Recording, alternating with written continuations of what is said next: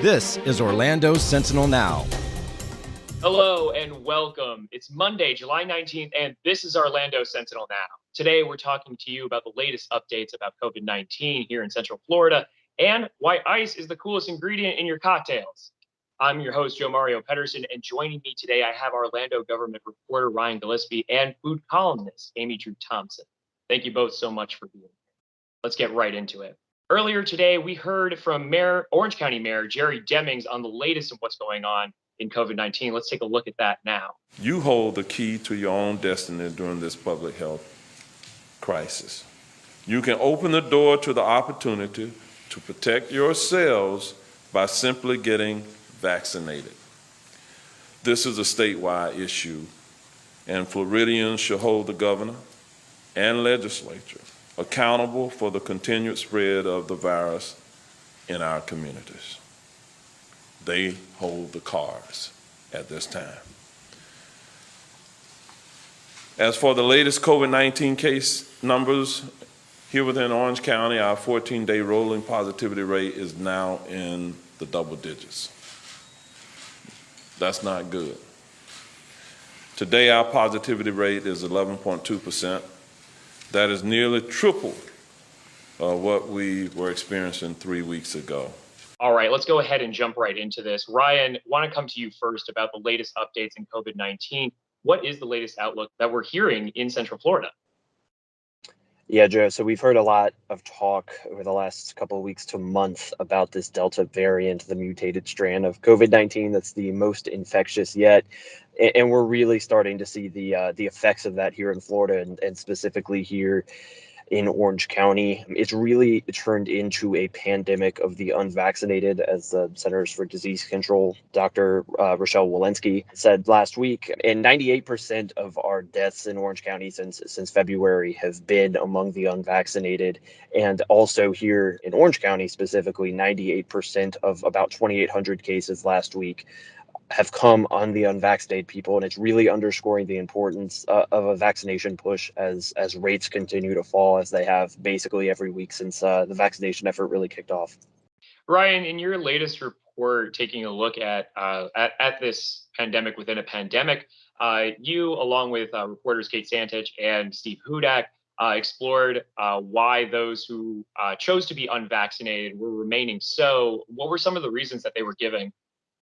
So it's really a mixed bag. A colleague, Steve Hudak, went out to Barnett Park, where the county does free COVID-19 testing, which still, tests a lot of people here on a monthly basis. And what he found there was a lot of people who were there because they had been exposed to people who were positive with COVID-19. And he found a lot of people there who were unvaccinated.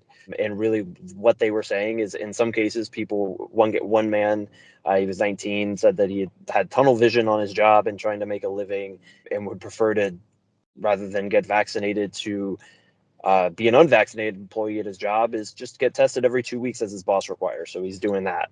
Another person or another family cited their Seventh-day Adventist faith, basically said they trusted God and their natural immune system more so than the vaccine, which they think is experimental. And there was all kinds of other situations like that. One man, he had been exposed for the 5th time since the pandemic started. He got tested, luckily was negative. But as he told Steve Hudak, this scare was enough to talk him into getting vaccinated, and he intended to do that this week. So, we're still seeing examples of that, of people who are being swayed just because they haven't been vaccinated yet. There's polling data that shows that doesn't mean that every unvaccinated person has definitively made their decision. There's a sizable chunk of people that can be moved on this issue. Doctors say it's safe. It's not experimental. It came on the market quicker maybe than past vaccines have, but essentially every professional on the face of the earth that deals in vaccines was trying to solve one singular problem for a year. So you're able to cite past research and in science and things like that to craft these things together. So I think the most important thing to note is these vaccines are safe. They're almost 100% effective against hospitalization and death, which is really all you can ask for. People who are vaccinated can still get COVID-19, but generally they face either no symptoms they're asymptomatic or very mild symptoms, runny nose and things like that, which I think we can all tolerate versus some of the severe effects that we've seen, and we probably all know people who have suffered over the last 18 months. Brian, in that latest report, you did identify that the vast amount of positive cases of COVID-19, vast amount of hospitalizations and deaths have been from those who are unvaccinated. I'm wondering, though, for those who are vaccinated, what are officials saying about mask usage? So about a week ago, Orange County Mayor Jerry Demings said that his personal recommendation is for anybody, regardless of their vaccination status, to wear a mask if they're indoors and in a crowded place. You should, if you are unvaccinated, maybe be more liberal in where you wear your mask, wear it more often. In the grocery store, maybe places where you're not as crowded, because as Dr. Tom Nash over at USF told me last week, mask helps with any kind of illness. It prevents droplets from getting into your nose. So you could be in a very infected place, but if the virus can't get inside of you, it doesn't necessarily matter. If you all need to follow up on these details, please take a look at Ryan's report at orlandosentinel.com. Ryan, thank you so much. All right, Amy Drew, I want to come to you now for your latest column, in which we're talking about cocktails, and apparently one of the most overlooked ingredients in cocktails is ice. So before getting into like the huge exploration into ice in Central Florida that you uncovered here, talk to me a little bit about why it's so overlooked. Why is it so necessary to have fine ice? Well, people, at least the pros told me, people don't think of the ice as an ingredient in their craft cocktail the same way they think about spirits and shrubs and house-made syrups.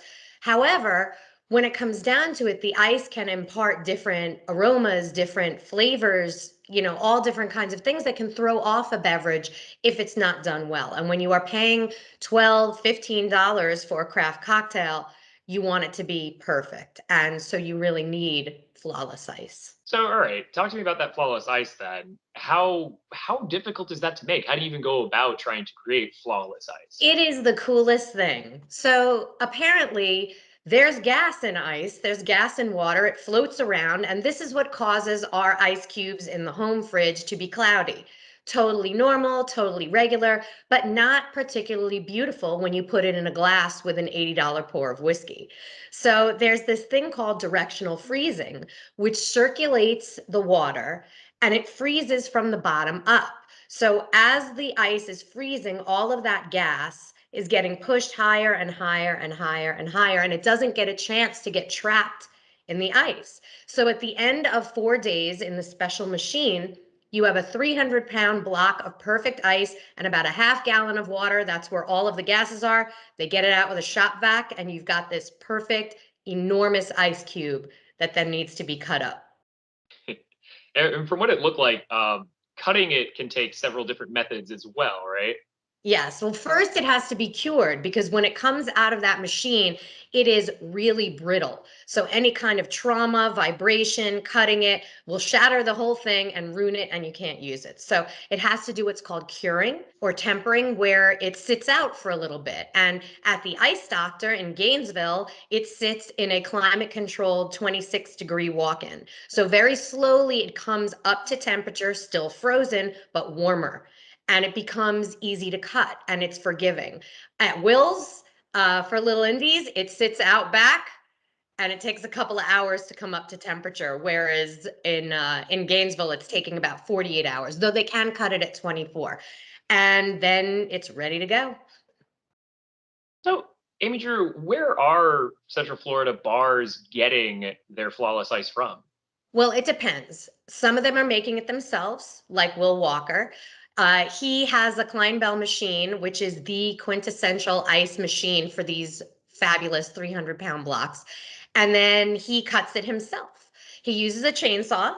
Once it comes up to temperature, he cannot take it all the way down to the table, though, because it's a chainsaw. So he finishes it with cleavers, knives, and different tools to get it perfect. Up in Gainesville, there's one guy who this is all he does, ice all the time. And he supplies these perfect blocks of ice or spheres or longer rectangular picks for clients all over the state of Florida and many here in Orlando.